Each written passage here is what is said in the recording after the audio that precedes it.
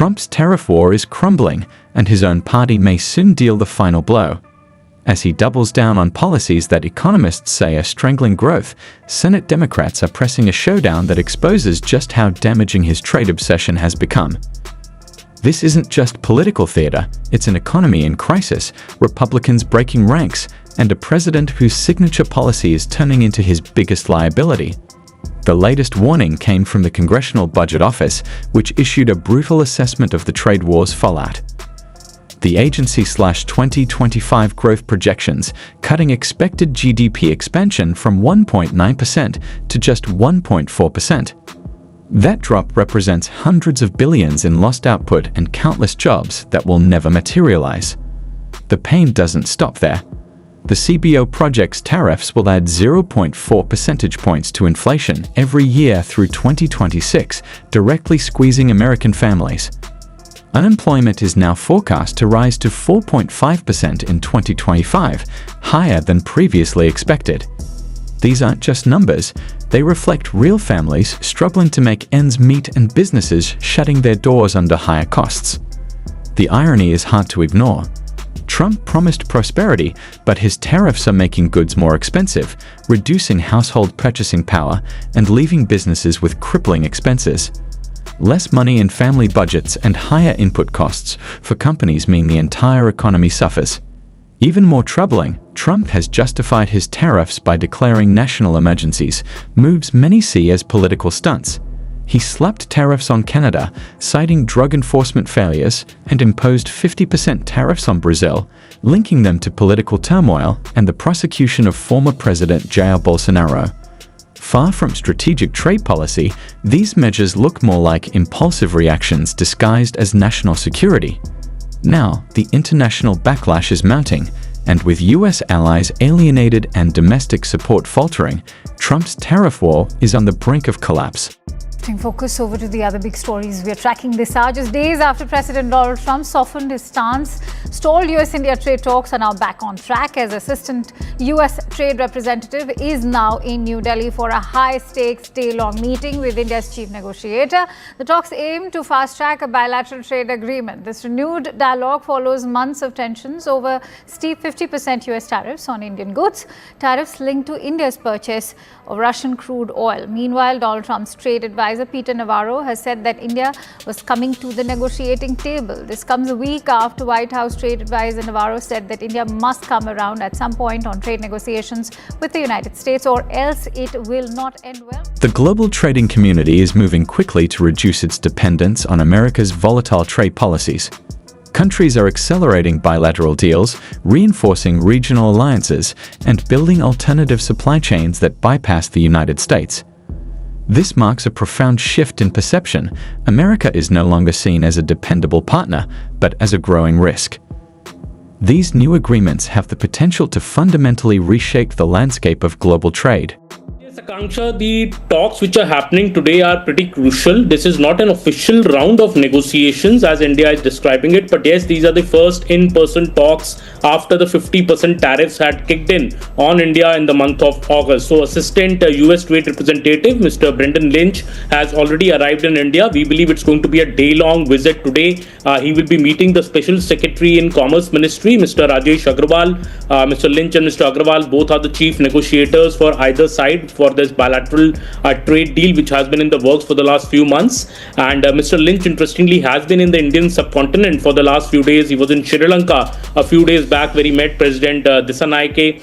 Then he went to Bangladesh to meet the interim leader there, Mohammad Yunus. And today Mr. Lynch has arrived from Dhaka into Delhi. And this is not, as I said, not an official round of negotiations for the bilateral trade agreement, but the first in-person meeting since the imposition of the 50% tariffs by the US in August.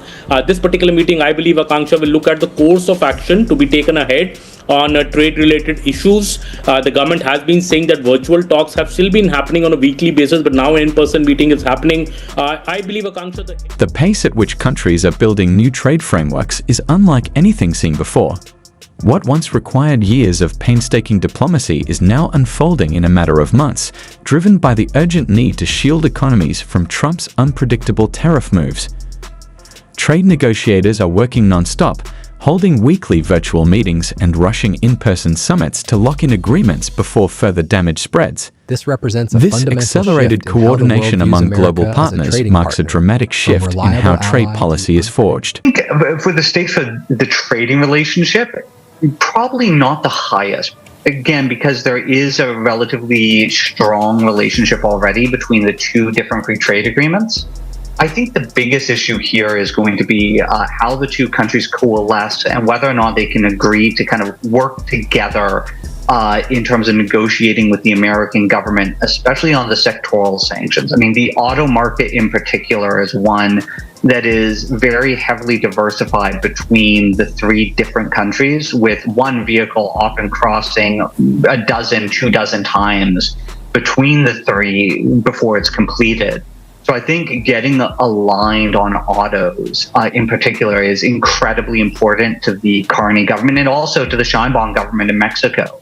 I do think that we are probably going to have to brace ourselves for some kind of raising questions of, is there going to be a new deal between the two countries? And to know that that's not really, I think, the aim. The aim here is just solidifying the relationship and solidifying a strategy to handle the Americans. How crucial is it for Canada to diversify its trade portfolio amid all of this uncertainty with the U.S.? I think that it is very important. I think Mexico is a key element of that. I mean, again, seen by the fact that even if, say, Donald Trump were to tear up Guzman, were to withdraw, we would still have the CPTPP. So to the degree that we can increase our bilateral trade with the Mexicans, that definitely helps protect us against the downside risk of Donald Trump's more extreme actions. At the same time, it's not just Mexico, but it's the rest of the CPTPP countries. The auto industry highlights exactly why this issue is so critical. During production, vehicles cross borders countless times as parts and components move between countries through highly complex supply chains. When tariffs disrupt these carefully coordinated systems, the entire manufacturing process grinds to a halt. In response, nations are now working together to safeguard their industries and ensure survival despite U.S. trade instability. The tariffs on Brazil are especially irrational when viewed in context. Last year, the United States recorded a $6.8 billion trade surplus with Brazil, meaning America was already benefiting significantly from the relationship.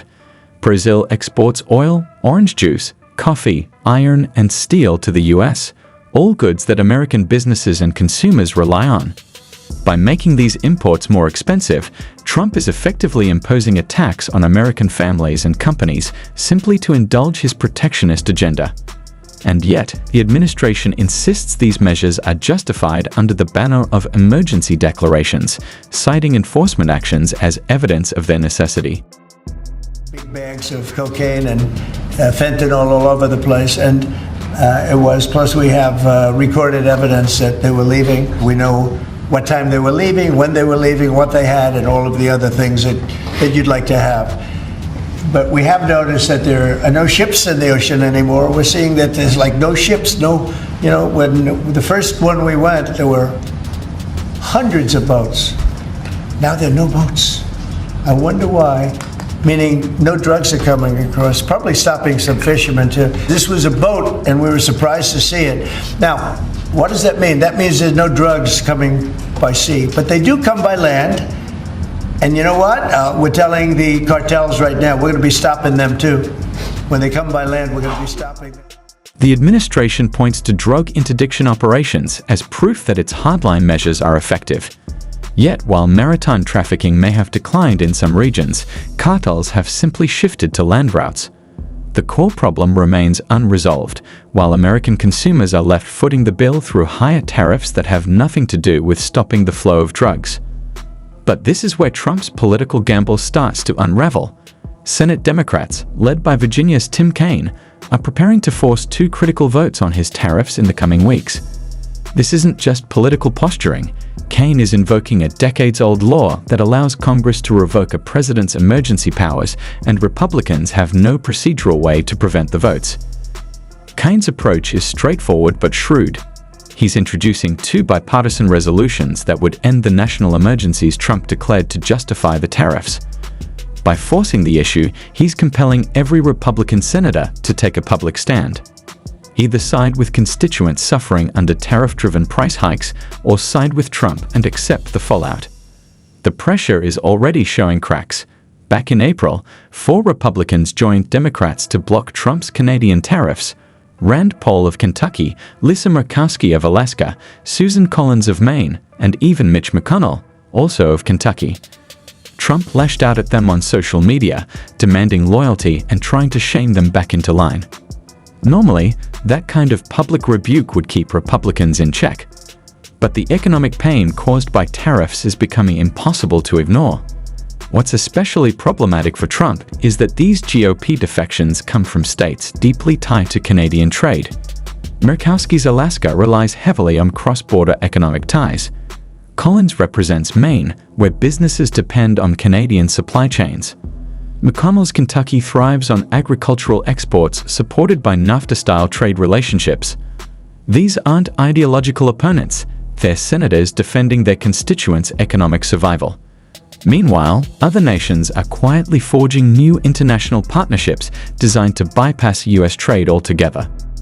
Different kinds of business deals they hope to get done this week. The nuclear deal is part of that, and that is to use each other's safety assessments to essentially speed up licensing for nuclear plants and to allow cross-investment from their companies in all of that. And also we've got a lot of CEOs, as you said, coming with Donald Trump. There's going to be a bit of a fireside chat with these CEOs later this week involving both Keir Starmer and Donald Trump. But we do expect some announcements around, again, data centers, which is going to be Sam Altman from OpenAI and, of course, Jensen Huang from NVIDIA announcing potentially quite sizable investments in data centres in the UK in conjunction with UK companies. And, of course, Keir Starmer wants to set up these AI areas where you get fast-track approvals, you get electricity guaranteed to come in, so that would be a plus for him, but realistically dwarfed really by the numbers that these companies are spending in terms of data centres in the Middle East and elsewhere. So interesting investment for the UK, but not incredibly large, you would say. Major economies are rolling out special economic zones with fast-track approvals, guaranteed infrastructure, and simplified regulations to lure investment that once flowed to the United States.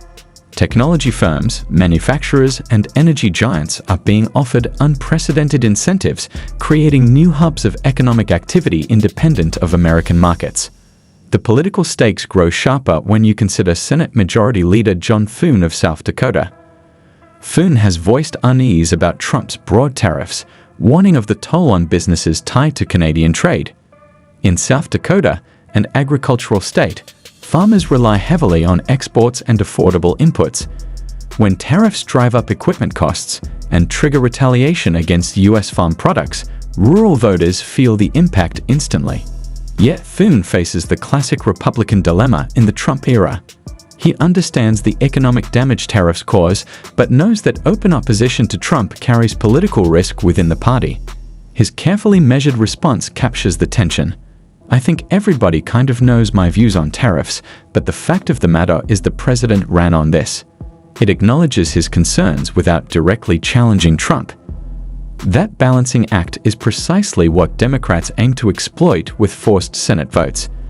Senator Tim Kaine's strategy banks on the fact that many Republicans privately oppose tariffs but have avoided taking a public stand. By forcing repeated votes every 6 months, a process the law allows, Kaine is making tariff opposition a regular item on the Senate's agenda until the policy changes. The timing is disastrous for Trump. The votes arrive just as the economic damage becomes undeniable. The Congressional Budget Office, CBO, has given Republicans cover by issuing nonpartisan analysis showing tariffs slash growth, raise inflation, and hurt businesses and families alike. As Kaine put it, now it's real. Tariffs are no longer theoretical, they're implemented, and Americans are paying the price. Businesses report rising costs, consumers face higher prices, and the promised benefits have yet to materialize. This shift from campaign promise to actual policy has dramatically altered political calculations. The broader economy is now facing stagflation, slow growth combined with rising inflation, a toxic mix for any incumbent. The political fallout extends beyond the upcoming Senate votes. Republican senators facing re-election in 2026 will have to defend their tariff positions to voters who are directly experiencing the consequences. Senators from farm states, manufacturing hubs, and trade-reliant regions face especially tough choices. In places like Iowa, Nebraska, and Wisconsin, tariffs on agricultural exports hurt farmers' incomes directly, while higher costs for manufacturing inputs weaken local factories. These aren't abstract warnings. They're immediate threats to key Republican constituencies. The forced votes also raise constitutional stakes. The law Kaine is using was designed to limit presidential abuse of emergency powers. By repeatedly invoking it, Democrats are forcing a test of whether Congress will tolerate Trump's expensive interpretation of those powers. Historically, presidents reserved emergency declarations for genuine crises, not for sweeping economic policies. Declaring trade with Canada a national emergency stretches the concept to absurdity, undermining congressional oversight and U.S. credibility abroad. This dynamic puts additional pressure on Republicans. Senators are not just voting on economic policy, they are voting on whether to support a massive expansion of presidential authority. Lawmakers who care about checks and balances may oppose tariffs on institutional grounds, even if they normally back Trump politically. Internationally, the credibility issue is even starker. Canada is one of America's closest allies and largest trading partners. Labeling trade with Canada a security threat damages U.S. leadership abroad. The Brazil tariffs, tied to that country's prosecution of former President Jair Bolsonaro, raise separate concerns, sending a troubling signal of U.S. interference in another nation's judicial process. Meanwhile, the economic case against tariffs keeps piling up. Beyond the CBO, the Tax Foundation estimates Trump's tariffs will cost the average U.S. household nearly $1,300 in 2025. That's money pulled directly from family budgets. And despite Trump's claims that foreign countries are paying, the reality is simple. Tariffs are paid by American importers who pass the costs on to consumers and businesses. It's essentially a hidden tax on U.S. families disguised as tough trade policy. The upcoming Senate votes are therefore about more than trade. They test whether American institutions can constrain presidential overreach when it causes clear economic harm. If Republicans continue to defer to Trump despite mounting evidence, it suggests partisan loyalty outweighs economic reality. But if enough break ranks, it could signal a turning point, restoring rational trade policy and reaffirming Congress's role. The April vote, when 4 Republican senators joined Democrats to block Canadian tariffs, may be the first sign of such a shift. The stakes couldn't be higher. Trump's tariffs represent the most dramatic break from free trade in decades. If they succeed politically despite failing economically, U.S. trade policy could be reshaped for a generation, leaving the nation poorer and less competitive. But if Republicans join Democrats to roll them back, it may prove that economic reality still has the power to override partisan loyalty. For now, the evidence is overwhelming. Trump's tariffs are slowing growth, driving inflation higher, raising unemployment, and reducing household wealth. The coming Senate votes will reveal whether lawmakers choose to side with economic reality or with a president whose trade policies are dragging the country backward. As Senator Kaine framed the choice, Republicans will have to decide whether to vote with their constituents or vote with Donald Trump.